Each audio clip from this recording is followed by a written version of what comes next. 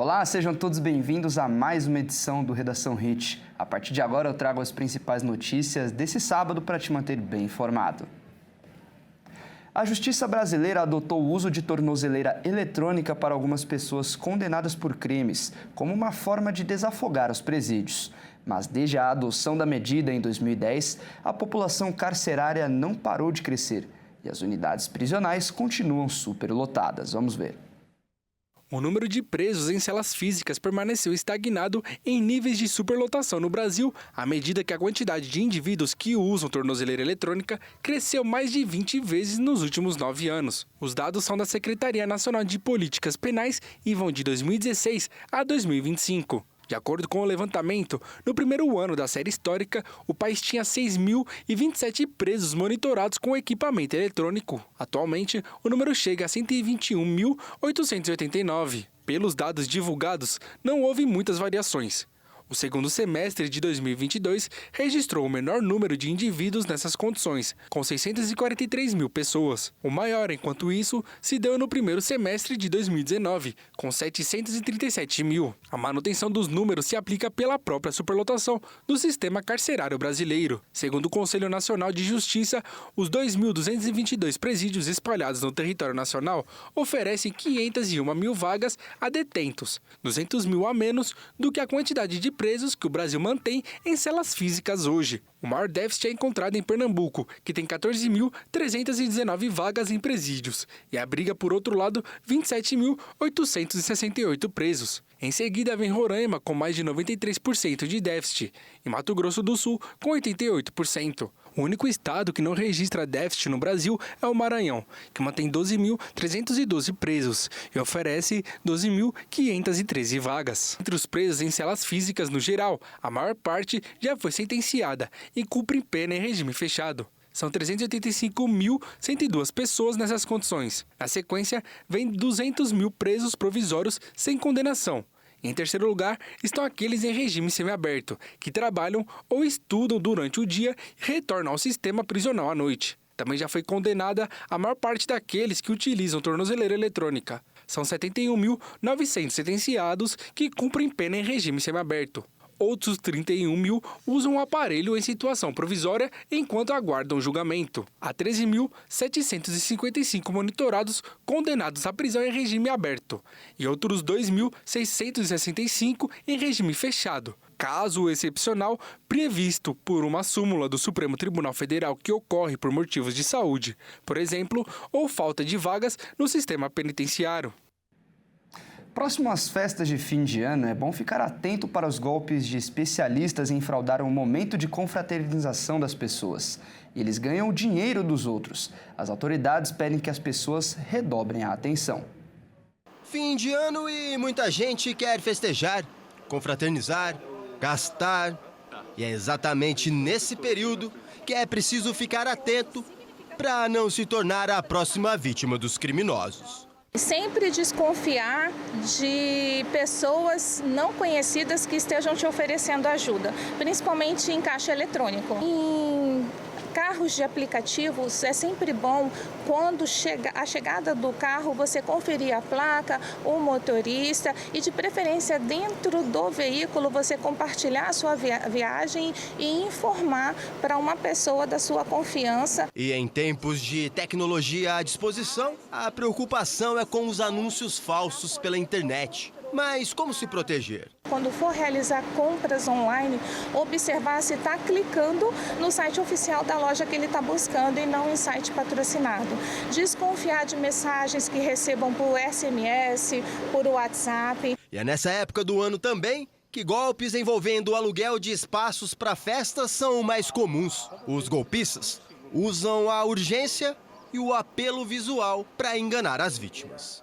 Na maioria das vezes, quem busca o produto ou o serviço é que acaba sendo lesado pelos golpistas, mas neste caso é o proprietário que está sendo prejudicado. É isso mesmo, Kleber? Sim, exatamente, porque a nossa fonte de renda principal, né? A gente trabalha na empresa e lá a pessoa consegue nosso contato do espaço aqui através do nosso Instagram e começa a nos mandar mensagens, ligações e acaba atrapalhando a gente no trabalho.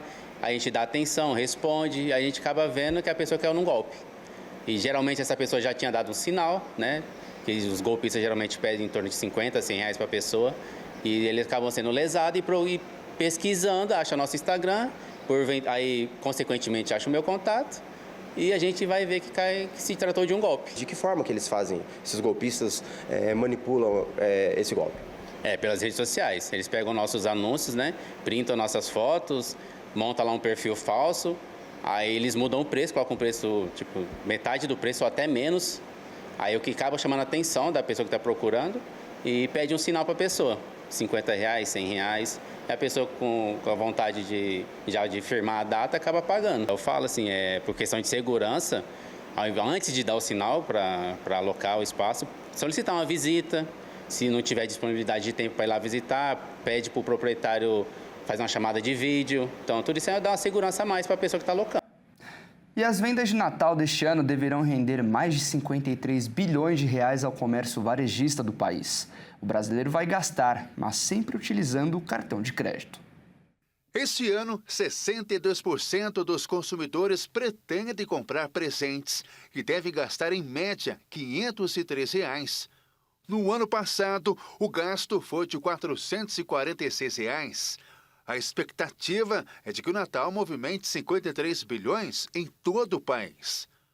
O cartão de crédito é a principal forma de pagamento, com 8 em cada 10 consumidores afirmando que irão parcelar as suas compras. Quando a análise é feita por região, o cartão lidera no centro-oeste do país, que são os estados de Brasília, Goiânia e Campo Grande, entre outros. A pesquisa ouviu quase 2.000 pessoas em todo o Brasil. Entre as faixas etárias, o cartão de crédito predomina nas cidades de 35 a 44 anos e de 45 a 59 anos. O Pix, a forma de pagamento mais popular no Brasil, ocupa o segundo lugar. Quando se fala nos produtos mais procurados, roupas e brinquedos são os itens preferidos. Já os menos procurados são acessórios eletrodomésticos e bicicletas. Apesar do crescimento das compras online, 71% dos consumidores ainda preferem comprar em lojas físicas. A faixa etária que mais optar por ir pessoalmente às lojas para realizar as compras é de 60 anos ou mais. Os jovens entre 18 e 24 anos aparecem logo em seguida. No entanto, entre as gerações que mais irão investir nesse Natal, os mais velhos são os que pretendem gastar mais. E as férias escolares já começaram, mas junto com a diversão também vem o perigo. É justamente nessa época que os acidentes domésticos aumentam. Crianças são espertas, cheias de energia e muito curiosas. E é exatamente por isso que elas precisam de atenção redobrada para evitar acidentes, principalmente nessa época do ano, as férias escolares, período em que elas ficam mais tempo em casa. Isso porque, segundo o levantamento do Sistema de Informações sobre Mortalidade, somente em 2024, no Brasil, 456 crianças e adolescentes de 0 a 19 anos perderam a vida em acidentes domésticos. Entre as causas mais comuns estão os acidentes respiratórios, seguidos de afogamentos e submersões acidentais, exposição a correntes elétricas, radiação ou pressão extrema, quedas e exposição a fumaça, fogo ou chamas. Os dados apontam para a necessidade de maior atenção por parte dos pais e responsáveis, fazendo medidas simples que podem salvar vidas, como instalar protetores de tomadas, manter objetos pequenos fora de alcance das crianças e supervisão constante em ambientes que envolvam água. Além disso, ter noções de técnicas básicas de primeiros socorros podem fazer toda a diferença em uma situação de emergência. Especialistas destacam a importância de agir rapidamente. O domínio de técnicas simples podem ser de extrema importância para salvar vidas de crianças antes mesmo da chegada do socorro especializado. E olha só, Santa Catarina está sediando a maior feira náutica do sul do país. E uma das atrações é um carro que anda sobre a água. É a Conexão Marina Itajaí, é um evento que todos os anos é muito esperado aqui no estado, até porque reúne aí os principais apaixonados por veículos marítimos, ou seja, barcos e embarcações. E esse ano tem um diferencial, tem um carro que pode até andar sobre a água. Isso mesmo, esse carro está lá em exposição, né? Faz parte desses iates de luxo, lanchas, que chegam a custar 11 milhões de reais, cada um deles, dentro da exposição. Acontece desse dia 11 até o próximo dia 14, movimenta uma série de ações e também muito a região norte do estado, ali do Vale do Itajaí, também Balneário Camboriú. Muita gente frequenta essa localidade durante esses dias de exposição. Os apaixonados por essas embarcações aí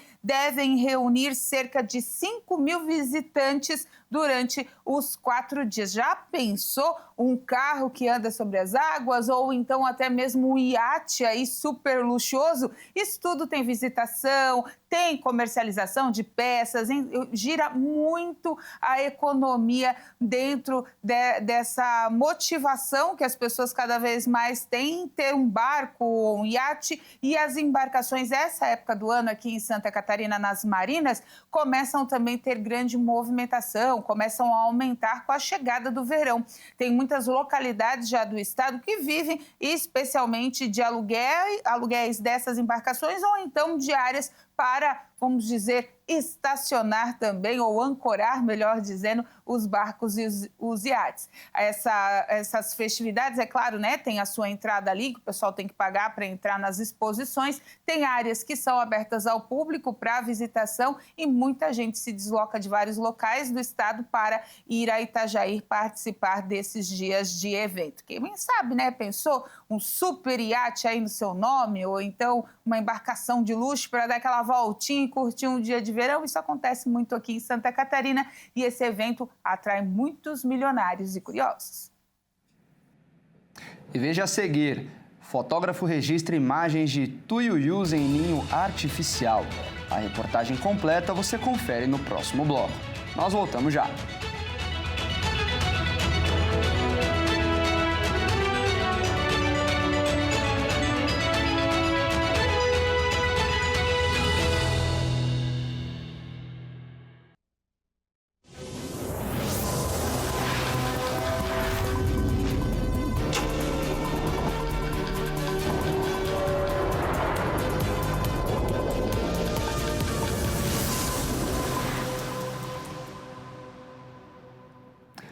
Um fotógrafo do Mato Grosso do Sul registrou imagens de uma família de tuiuius vivendo em um ninho artificial em uma rodovia.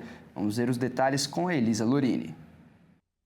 O fotógrafo sul-mato-grossense Eduardo Melo fez um registro comovente às margens da BR-262 na cidade pantaneira de Corumbá. As imagens capturadas mostram uma família de tuiuius vivendo em um ninho artificial construído em 2020. Na época, as chamas dos incêndios que atingiram o Pantanal em Mato Grosso do Sul destruíram o ipê que servia de moradia para as aves. Assim, a construção do ninho artificial permitiu que os tuiuius voltassem a viver na região. Anos depois, o local continua sendo disputado pelas aves. No vídeo publicado no perfil de Eduardo, em colaboração com o Instituto Homem Pantaneiro, é possível observar 4 tuiuius reunidos no ninho. A iniciativa de construir o ninho artificial partiu dos pesquisadores Valfrido Tomás e Neiva Guedes, do Instituto Arara Azul. Eles se inspiraram nos modelos feitos para cegonhas na Europa, aves da mesma família dos tuiuius. Assim, contaram com a parceria da Energisa, concessionária de distribuição de energia no estado, para construir altas torres de estruturas metálicas com topo em forma de taça, para servirem de apoio para os pássaros. Como alguns postes no Pantanal já são ocupados por ninhos de aves, a equipe sabia que o material era seguro para abrigar os tuiuius. Apesar de próximo à rodovia, o local era de difícil acesso por conta de um barranco. Sem auxílio de caminhão, trator ou escavadeira, a fixação do poste foi toda feita manualmente. A A construção do ninho também envolveu toda a sociedade e a comunidade local. Um grupo foi criado nas redes sociais em que turistas e moradores postavam fotos para ajudar a monitorar a ambientação dos pássaros ao ninho artificial. Vale destacar que o tuiuiu é a maior ave voadora do Brasil e também é conhecida como jabiru. Ele pode atingir até 1,40 m de altura e tem uma envergadura de até 3 metros. E costuma viver entre 30 e 40 anos. É um símbolo do Pantanal e pode ser encontrado em áreas alagadas, onde costuma se alimentar de peixes e outros pequenos animais. E no Parque Nacional de Gir, no estado de Gujarat, na Índia, os esforços de conservação livraram os leões asiáticos dos riscos de extinção. Com cerca de 20 animais no início do século XX, uma população se recuperou para quase 900 e cresceu 1/3 somente nos últimos 5 anos. Os esforços de conservação realizados no Parque Nacional de Gir, no oeste da Índia, têm sido um sucesso. O número de leões asiáticos aumentou em 1/3 nos últimos 5 anos, pulando de 627 para 891. A espécie chegou a ter apenas 20 animais no início do século XX. Os principais motivos para isso foram a caça e a perda de habitat.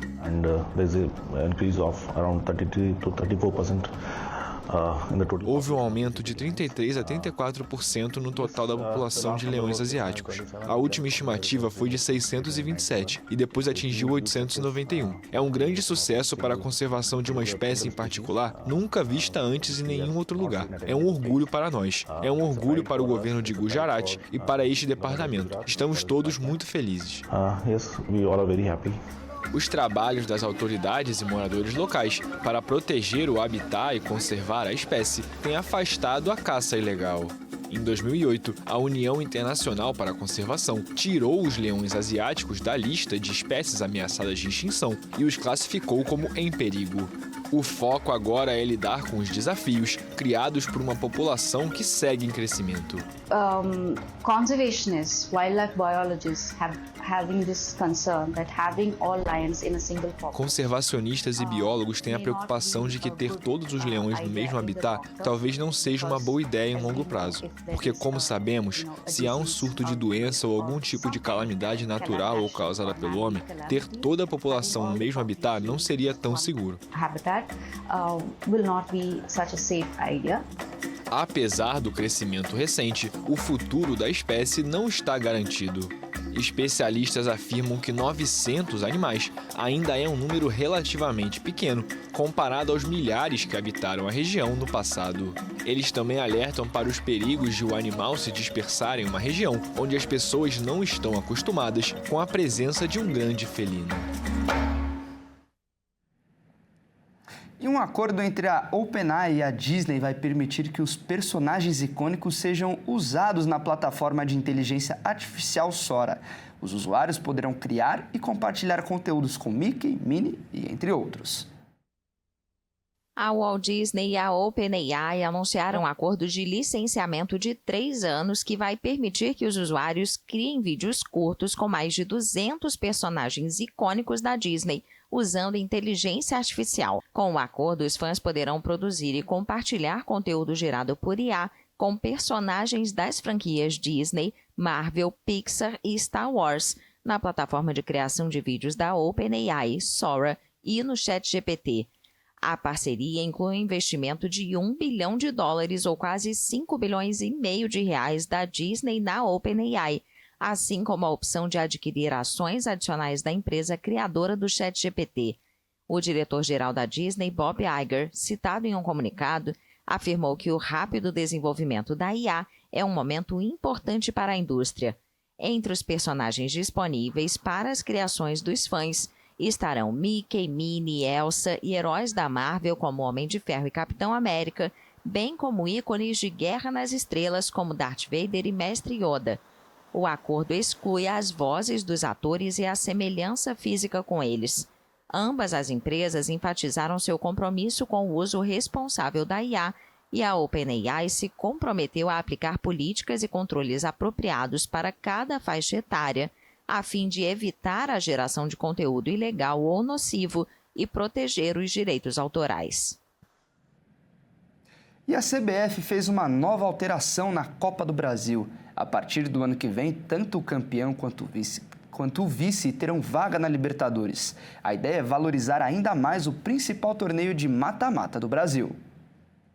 A partir do ano que vem, os finalistas da Copa do Brasil terão vaga garantida na fase de grupos da Libertadores. Atualmente, apenas o campeão tem acesso à competição. A CBF ainda deve decidir se o vice terá direito a uma vaga direta ou se vai à pré-Libertadores. Essa alteração vinha sendo debatida dentro da Confederação há meses. Com a nova regra, a CBF vai tirar uma das vagas à Libertadores pelo Brasileirão. Provavelmente será destinada ao vice da Copa do Brasil. A ideia da Confederação é valorizar a competição, que tem a maior premiação do futebol brasileiro. A Copa do Brasil será a competição organizada pela CBF com mais mudanças para o próximo ano. No início de outubro, a Confederação definiu que as 5 primeiras fases serão disputadas em jogo único e as equipes da Série A entrarão a partir da 5ª rodada. Oitavas, quartas e semifinais tiveram mantido o modelo de ida e volta. Outra modificação será a final a ser disputada em jogo único. A quantidade de clubes também sofreu alteração. Atualmente são 92 equipes. Esse número sobe para 126 no ano que vem e 128 a partir de 2027. Tanto a Copa do Brasil como o Brasileirão passam a se assemelhar a modelos do futebol europeu, como na Inglaterra. No caso da Copa, a competição passará a ter 14 datas, um aumento no número de partidas com 155 até 2029. E no Redação Hit de hoje vamos conhecer a cidade mais italiana do Brasil, Antônio Prado, no Rio Grande do Sul. Vamos conferir. Fundada em 1886, a cidade de Antônio Prado possui o maior conjunto arquitetônico em madeira da colonização italiana no Brasil, com muitas casas tombadas pelo IFAM. O local possui uma forte cultura gastronômica, com eventos como a Fenamassa, além de ser um importante polo turístico e até cenário de filmes. Em 2025, foi reconhecida pela ONU Turismo como uma das melhores vilas turísticas do mundo por sustentabilidade e preservação cultural. E esta edição fica por aqui. Muito obrigado pela sua companhia. Continue ligado na nossa programação. Se quiser rever alguma das nossas reportagens, é só acessar o canal Jornalismo Hit TV no YouTube. Muito obrigado pela companhia e até mais.